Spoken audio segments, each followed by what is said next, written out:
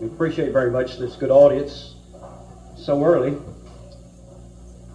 I was afraid meeting at 9 o'clock we might not have quite such an audience as this, but we're certainly not disappointed. As David mentioned, my part of this discussion involves the introduction of the subject, generalizing somewhat, I guess, about it.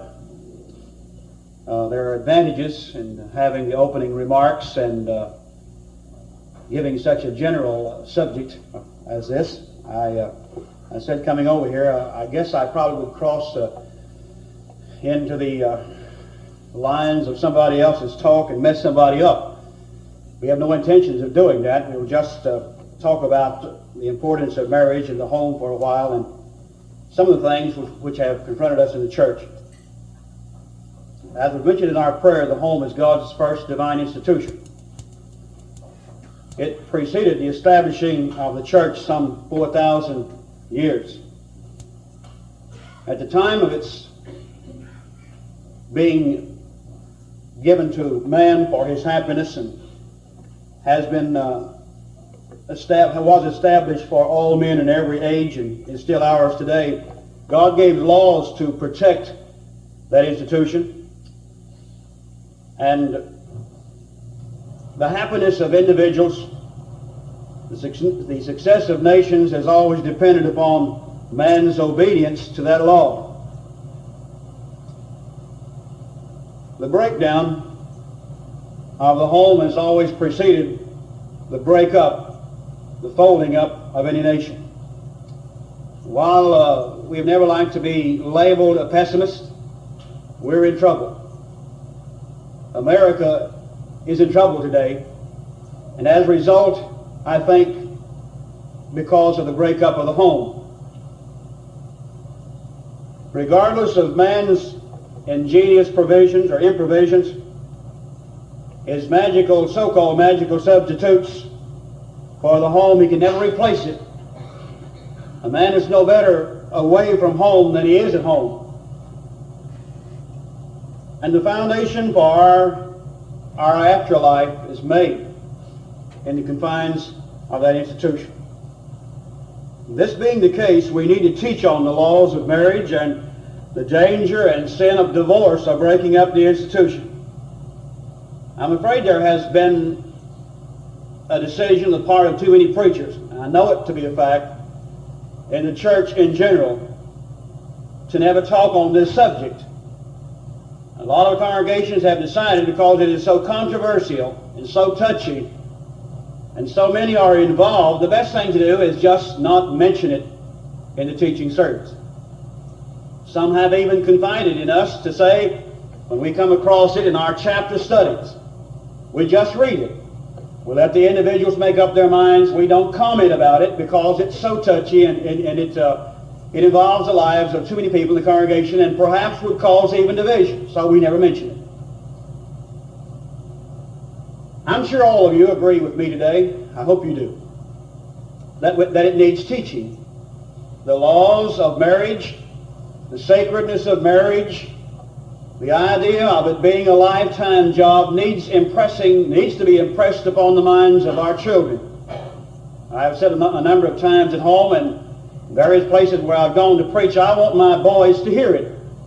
I'm sure you want your boys and your girls to hear the laws that God introduced in the beginning to govern this institution.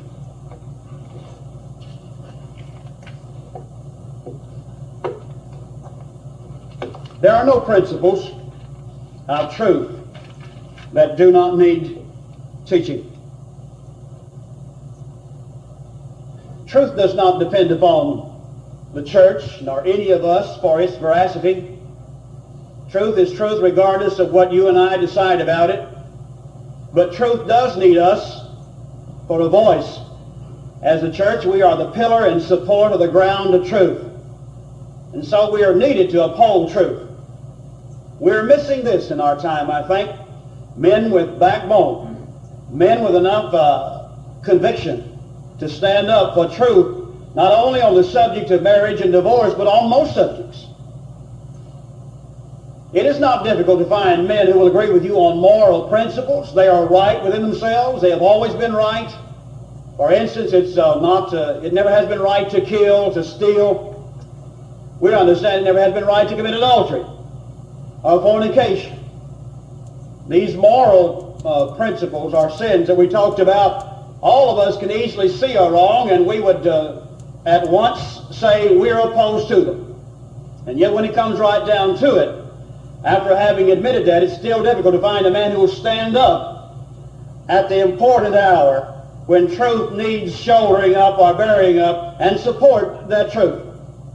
Even on the laws of marriage, we find this, that in most of our congregations, a good number of people, in most instances, a lot of instances at least, the majority of people would tell you offhand they believe it is wrong to divorce and remarry. Even a number of our preachers, and I put this in here because I think there's a danger here, who do believe and who would teach you if you questioned them that there are exceptions to it. They would take the position that God does not recognize the marriage of sinners, the position that baptism washes the slate, and that regardless of how many times you have married, the mate that you're with at that point, at the point of baptism, is the one you stay with. All of these things they would accept, and yet they would preach from our pulpits that they do not believe in adultery. Naturally they would. They would not admit that they believed or suggest they believed in this sin. They could not. And when they preach some of their sermons on marriage and divorce, when they get through, I've heard many brethren, of my brethren, even who believed right on the question, say that was a wonderful sermon, and they have gone away saying that preacher believes exactly right on the marriage question. Sometimes I've had people tell me this, and in talking to the preacher that they referred to, even the beginning of that conversation, they would say, no, we don't believe in adultery. We don't believe in marriage and divorce. Or remarriage. And we had not gone too far in our conversation until they admitted believing in all the things that we have just talked about. So we throw this in here because of the danger of concluding, when it's not a fact, that these preachers believe right on the marriage question. I want to take you back a few years. I think we'll learn a lot by looking back over the past. There have been a lot of changes the past 25 years. That's about how long I've been preaching. Some time ago, a prominent preacher asked me this question. How is it that your father and I used to walk or go through these hills holding meetings together, preaching together, in full fellowship, and now we can't? What's the difference? Where's the change? I can tell him to change, and I can tell you to change. At that point, divorce was unacceptable, even in denominations, and with the majority of people who had even no religious feelings or had no feelings for God. Even so much so, I remember one brother showing me along about the first part of my preaching career, a little article he had cut out of the paper. It was from one of the advice columns printed by some woman, I'm not sure who it was, one of the more prominent ones.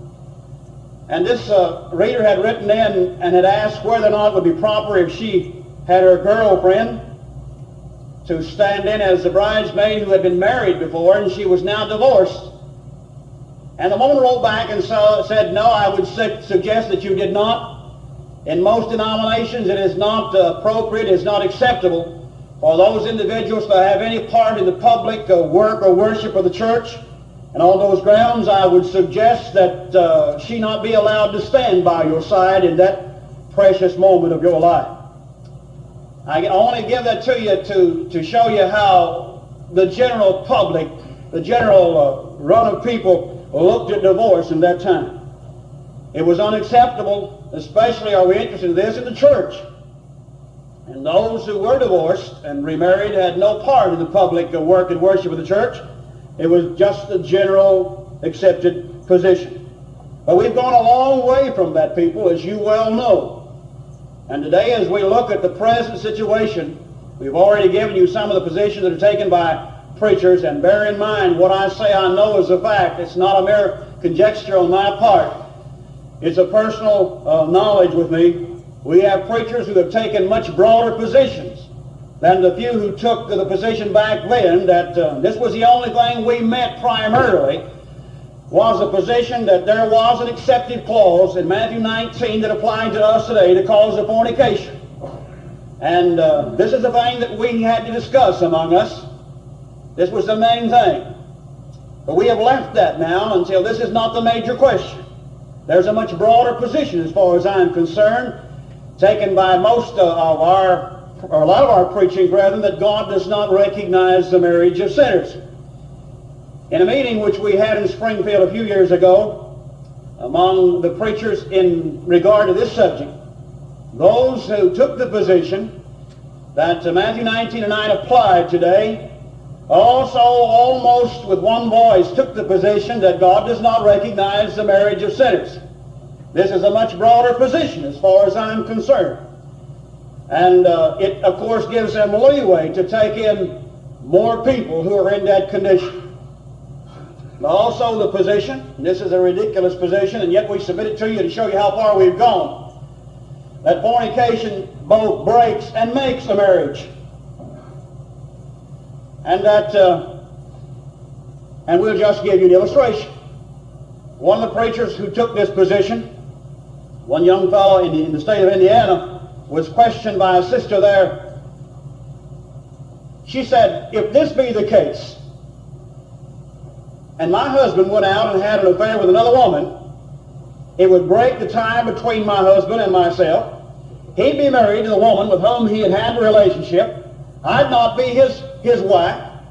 I wouldn't even know it. You know his answer? What you wouldn't know wouldn't hurt you. And when your relationship was resumed again, you'd be married back to it. You'd be surprised who and how many have taken that position. It was refuted. Also again by another major prominent preacher. In a tract he almost went to print with. But upon investigation, that tract which asserted these positions taken by the preachers was written by my father. But upon investigation, this man found out what we had affirmed was true, that many of the preachers did believe just exactly what we said they believed. And he canceled the print. It's a fact. As I suggested, we've come a long way from those years when most people looked upon divorce as unacceptable, and especially in the church. And until today, we have in places more divorces than we have marriages. We've come a long way. Yes, I can tell him why we don't have the fellowship we used to have, because all would not openly accept such and approve such. But today, from our pulpits, it is approved, and it is preached as being scriptural and all right. And we have our problems as a result of it. I want to mention this principle right here about truth, the preaching of truth on this subject. I think it is direly needed, as I suggested, as it is on any subject. But truth needs to be proclaimed on any issue. If we were to decide that it would be best not to preach on some essential part of our worship service, it would not be long until we had this innovation in our midst. If we relax our preaching on any subject, we find that sin making inroads into our midst very, very quickly. I believe this morning that the preaching of truth is the remedy for our ailments and for our problems. I believe that. I've always believed that. I still do. I think our fellowship is decided upon what a man believes and what he teaches and preaches. It may not be a momentary thing. It may not be an immediate decision. But I think our fellowship is eventually decided by what a man believes and what he preaches, what he stands for. You know, if the spokes in a wheel have the right relationship to the hub and the outer rim, of course, it's a complete circle. It's a good wheel. If you and I have the right relationship to God, we will automatically have the right relationship to one another. Is it not a fact? Certainly so. If we love God, we will keep His commandments. If both of us love God, we will all keep His commandments. If we keep His commandments, there will be the proper fellowship between us. If you believe and teach something, or if I should believe and teach something which is wrong, we're not keepers of the commandments and we break down the fellowship. It just won't remain. I think sometimes an article written by Brother Gay has been misused. I'd like to refer to it with the principle we've already introduced. While we may not agree altogether with every statement he makes in this article, primarily we do. I do not know what Brother Gay would be doing today were he alive. I have not followed that line of thought too much in my life. I don't know, I can know, and there's no use to.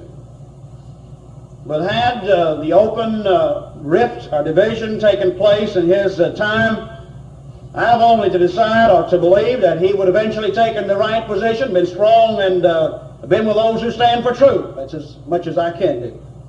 But there's a statement that he makes, in this article, and he was questioned. This is a book which was written, is made up of writings of Brother Gay.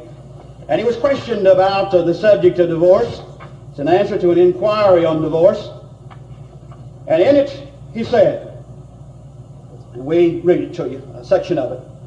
However, if this is to be taken literally, he's talking about 1 Corinthians 5 here, to keep company with such and one know not to eat and so on.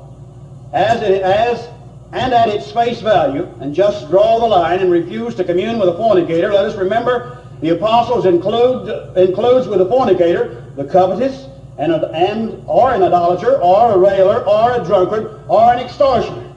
And we believe that.